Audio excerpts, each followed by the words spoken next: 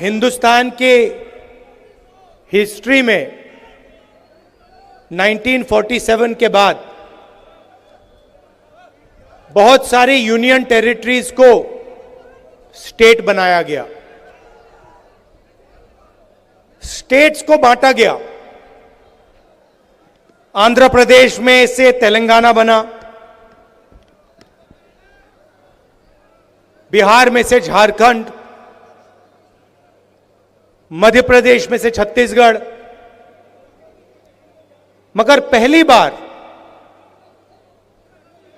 Independence के बाद एक स्टेट को यूनियन टेरिटरी में बदला गया, वो जम्मू कश्मीर के साथ हुआ है। और मैं इस स्टेट से आपसे कहना चाहता हूं कि यह आपके खिलाफ अन्याय है।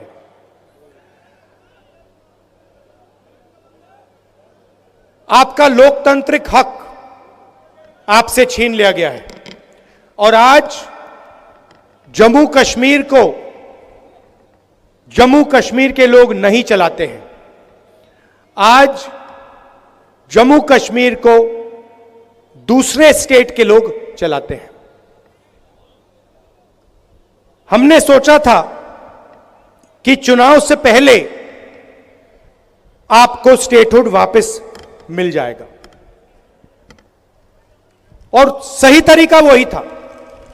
सही तरीका था कि पहले स्टेटहुड दो और उसके बाद चुनाव कराओ।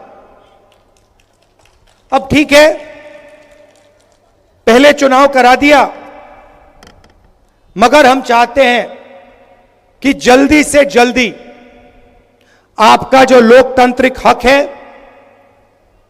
जम्मू कश्मीर का जो स्टेटहुड है, वो आपको वापस मिले।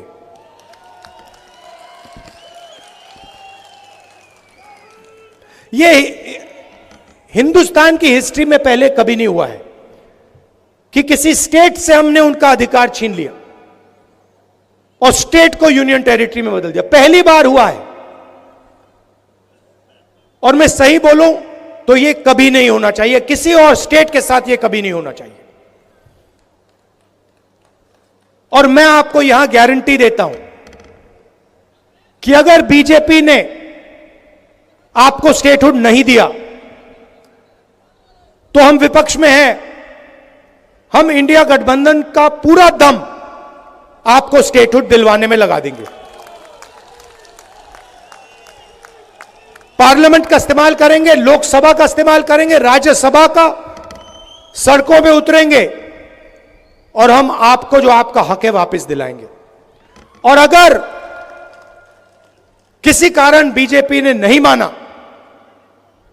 तो फिर हम पहला काम, जैसे ही इंडिया गठबंधन की सरकार बनेगी, जो बनने जा रही है, पहला काम हम जम्मू और कश्मीर के लोगों को स्टेटहुड देने का करेंगे,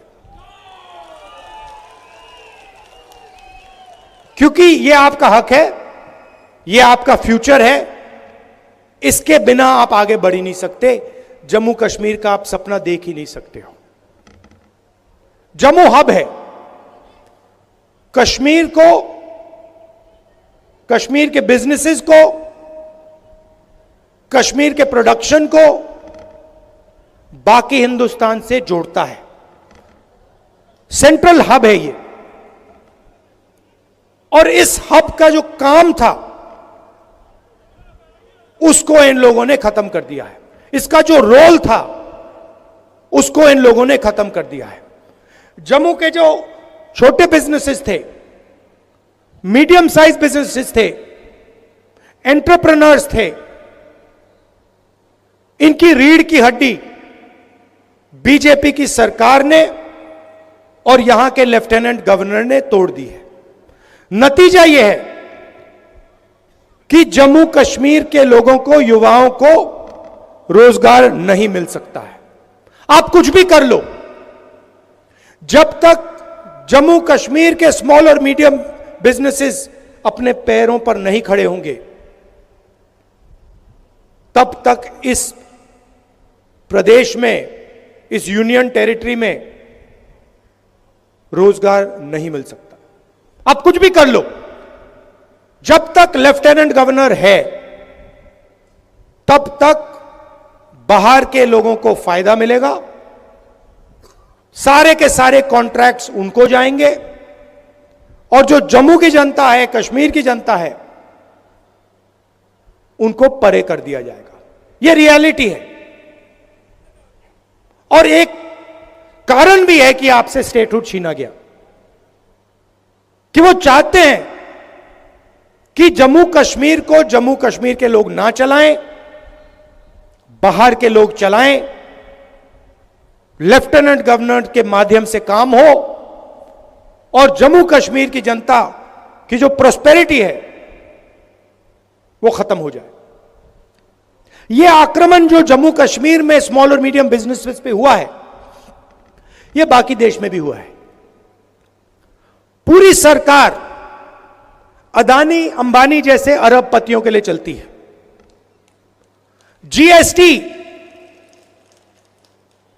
जीएसटी एक हथियार है। जम्मू के एंटरप्रेन्योर्स, जम्मू के स्मॉल और मीडियम बिजनेसेस पर आक्रमण करने का हथियार है। नोटबंदी एक हथियार था। यह पॉलिसीज नहीं है, यह हथियार हैं, और इनका लक्ष्य रास्ता साफ करने का है। किसके लिए? अदानी और अंबानी जैसे अरबपतियों के लिए। नोटबंदी और जीएसटी ने, गलत जीएसटी ने हिंदुस्तान में लाखों स्मॉल और मीडियम बिजनेसेस खत्म कर दिए। अभी मेरा प्रोग्राम था, कुछ मिनट पहले मेरा प्रोग्राम था, एक लड़की आती है, कहती है, राहुल जी मेरा सपना था, मैं छोटा बिजनेस चालू करना चाहती थी। गवर्नमेंट ने कहा कि ग्रांट मिलेगा, मैंने पूरी प्रिपरेशन कर दी, एरोमेटिक्स का मेरा बिजनेस था, मैंने पूरी तैयारी कर दी, मुझे कहा कि पैसा मिलेगा, पैसा नहीं आया। मेरी मां की डेथ हो गई, मेरे पिता ने मेरी मदद की, मगर मेरा बिजनेस खत्म हो गया। आज मैं छोटा बिजनेस नहीं चलाना चाहती हूं, क्योंकि मैं जानती हूं कि जम्मू कश्मीर में छोटा बिजनेस नहीं चलाया जा सकता है।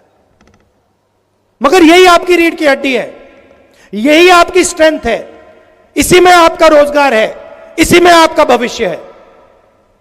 और आप किसी भी युवा से पूछ लो, वही जवाब मिलेगा। वो लड़की अब कह रही है कि मैं एडमिनिस्ट्रेशन में जाना चाहती हूं, मैं आईआईटी में जाना चाहती हूं। आईआईटी में कितने लोग जाएंगे? एडमिनिस्ट्रेशन में कितने लोग जाएंगे? 1% जाएंगे, 2% जाएंगे, 3% जाएंगे, 5% जाएंगे। 95% का क्या होगा? जहां भी देखो वहां आपको अदानी अंबानी दिखेगा। पहले आपका रोल था, कश्मीर के सेब यहां से निकलते थे, आप बाकी हिंदुस्तान में भेजते थे।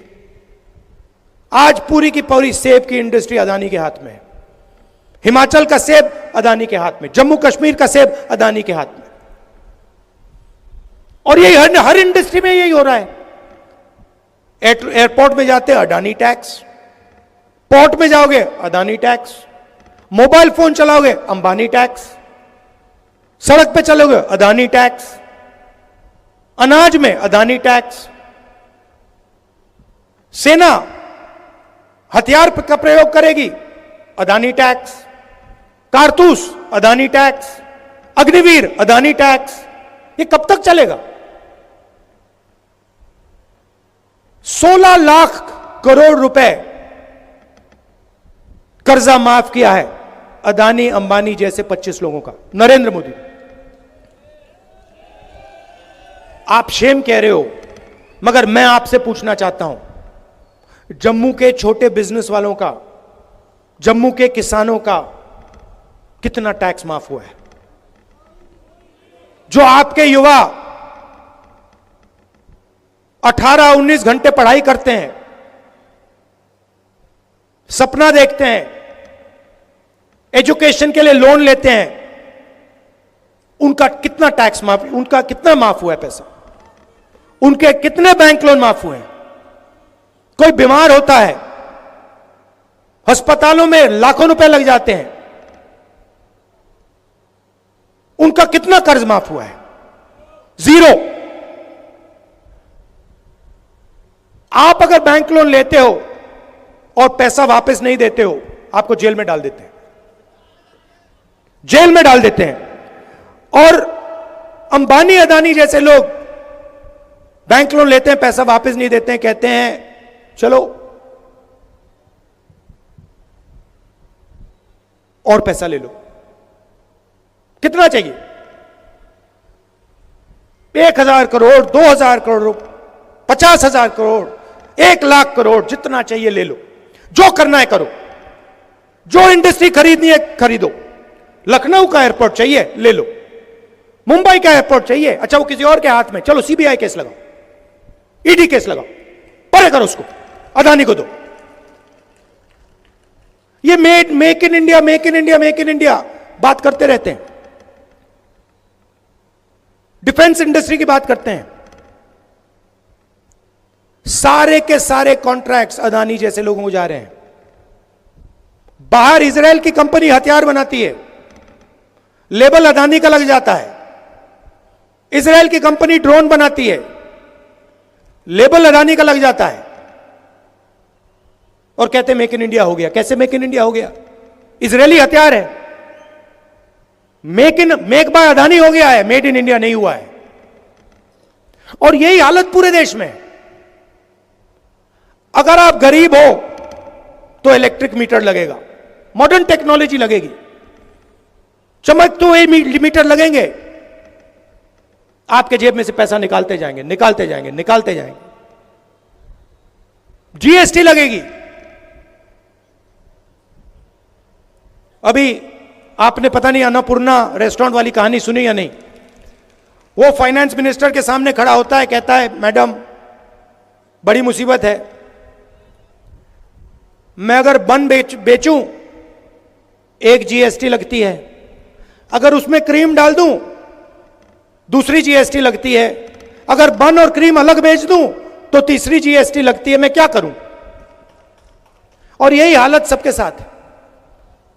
ऐसी कॉम्प्लिकेटेड जीएसटी बना दी है, क्यों? एक्सटॉर्शन करने के लिए। गलती करो, ईडी वाले, सीबीआई वाले, इनकम टैक्स वाले आ जाएंगे, जीएसटी वाले आ जाएंगे, पैसा लेंगे चले जाएंगे। यही सिस्टम चल रहा है। तो यह चुनाव आपको अधिकार देने का चुनाव है, और शुरुआत स्टेटहुड है। उसके बाद सरकार आएगी, जम्मू कश्मीर के जो स्मॉल और मीडियम बिजनेसेस हैं, जो लोकल इंडस्ट्री है, उनकी रक्षा करने वाली सरकार होगी। बैंक के दरवाजे आपके लिए खुलेंगे, आपको सपोर्ट मिलेगी, आपको टेक्नोलॉजी मिलेगी।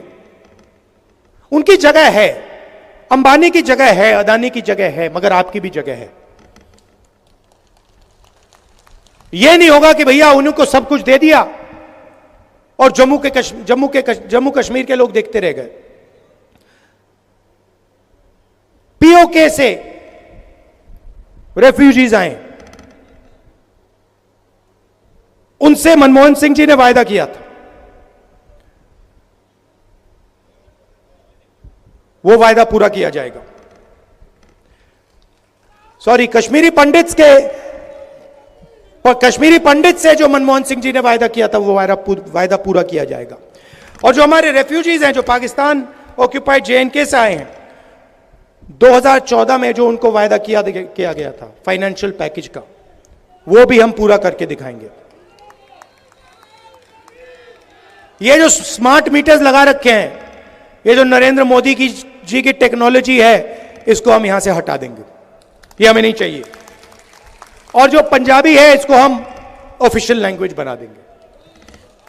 मगर मेन बात मैं आपसे कहना चाहता हूं कि देखिए, एक तरफ हिंदुस्तान के प्रधानमंत्री हैं, उनका डायरेक्ट कनेक्शन ऊपर है, वो भगवान से बात करते हैं, सुबह उठते हैं, वो कहते हैं कि भैया मैं नॉन बायोलॉजिकल हूं। आप लोग बायोलॉजिकल हो, नरेंद्र मोदी नॉन बायोलॉजिकल है, वो इंसान नहीं है, वो डायरेक्ट भगवान से कनेक्शन लेता है। सुबह भगवान उनसे कहते हैं क्या करना है, वो करते हैं। हम इंसान हैं, हम आप जैसे हैं, हम आपकी बात सुनना चाहते हैं, समझना चाहते हैं, और ये दिल का रिश्ता है। मैं लोकसभा में हूं, ऑपोजिशन लीडर हूं, जहां भी आपको मेरी जरूरत हो, जहां भी जरूरत हो, रेफ्यूजीज के मामले में हो, स्टेटहुड के मामले में हो, स्मॉल मीडियम बिजनेस के मामले में हो, जहां भी आप मुझे ऑर्डर करोगे, जो भी आपका हुक्म होगा, मैं आपके लिए वहां कर दूंगा। और जब भी आप चाहोगे कि भैया राहुल जम्मू आओ, हमारी बात सुनो, हमारी मदद करो, मैं आपको आपके सामने दिखूंगा। आपको स्टेटहुड देने की जरूरत है, यह मैं आपको गारंटी कर रहा हूं। आज नहीं तो कल इंडिया गठबंधन आपको स्टेटहुड दे देगा। आप सबका दिल से मैं धन्यवाद करना चाहता हूं। नमस्कार, जय हिंद।